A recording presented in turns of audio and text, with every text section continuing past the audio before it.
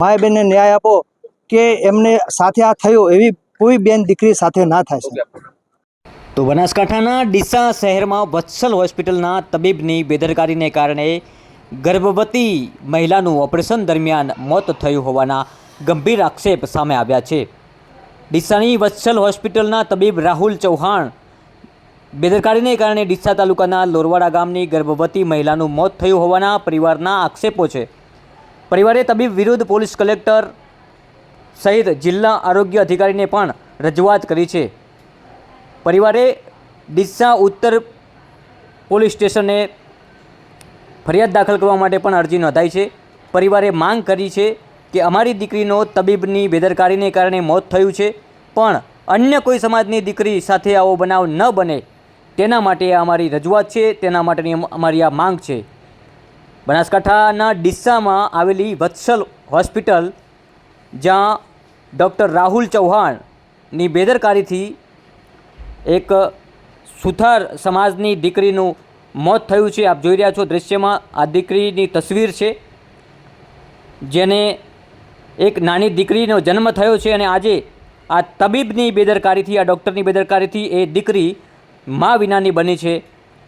આ વત્સલ હોસ્પિટલના તબીબ રાહુલ ચૌહાણની બેદરકારીને કારણે થયું હોવાના આક્ષેપ પરિવારજનો કરી રહ્યા છે।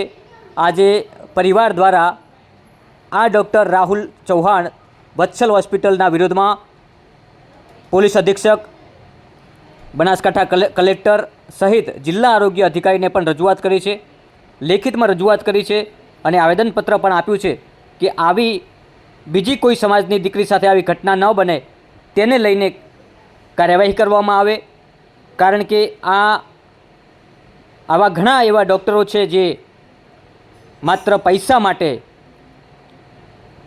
આવી દીકરીને જીવ ખોવાનો વારો આવતો હોય છે, ત્યારે આવા અનેક કિસ્સાઓ બનતા હોય છે જે બીજી સમાજની દીકરી સાથે ના બને। આજ રોજ અમે અહીંયા પાલનપુર કલેક્ટર કચેરીએ બધા સાથે મળીને જે અમારી બેન માયાબેન એમની સાથે જે થયું છે એમના ન્યાય માટે અમે આવેદનપત્ર આપવા બધા આવ્યા હતા અહીંયા, અને કલેક્ટર સાહેબને રજૂઆત કરી છે। અને જે બીજા પણ ડીસા તાલુકામાં, આપણા ડીસા શહેરમાં 3 થી 4 કેસ થયા છે, જે આપણને જાણવા મળેલું છે સોશિયલ મીડિયાના માધ્યમથી અને લોકો દ્વારા, કે બીજી પણ 3-4 બેન દીકરી સાથે એવું થયું છે। એક આધેડ વ્યક્તિનું મૃત્યુ પણ થયું હતું।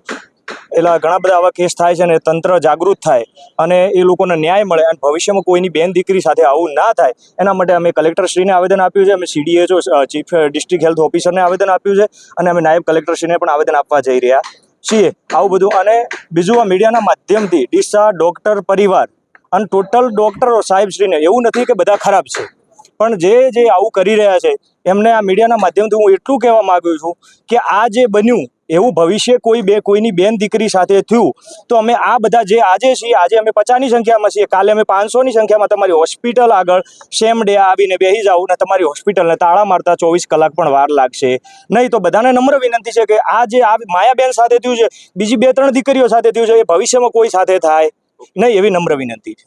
શું રજૂઆત અમે કલેક્ટરને આવેદન આપવા આવ્યા છીએ કે મારી બેનને જે મૃત્યુ પામી ડીસા હોસ્પિટલ, વાત્સલ્ય હોસ્પિટલ, રાહુલ ચૌહાણ માળી, ત્યાં એની બેદરકારીથી મારી બેનને મૃત્યુ થયું છે। ડિલિવરી વખતે એની પૂરેપૂરી બેદરકારી હતી અને મારી બેનનું મૃત્યુ થયું છે।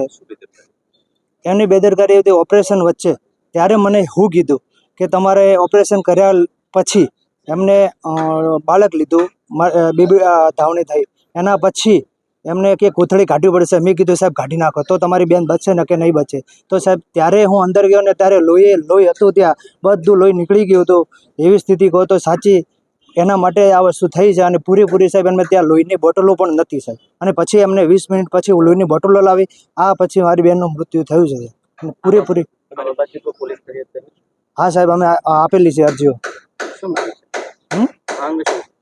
માંગ કાંઈ નહીં, બસ ન્યાય આપો, ન્યાય હો માયાબેનને ન્યાય આપો કે એમને સાથે આ થયો એવી કોઈ બેન દીકરી સાથે ના થાય છે। મારું નામ સુથાર ભરતભાઈ અમૃતભાઈ।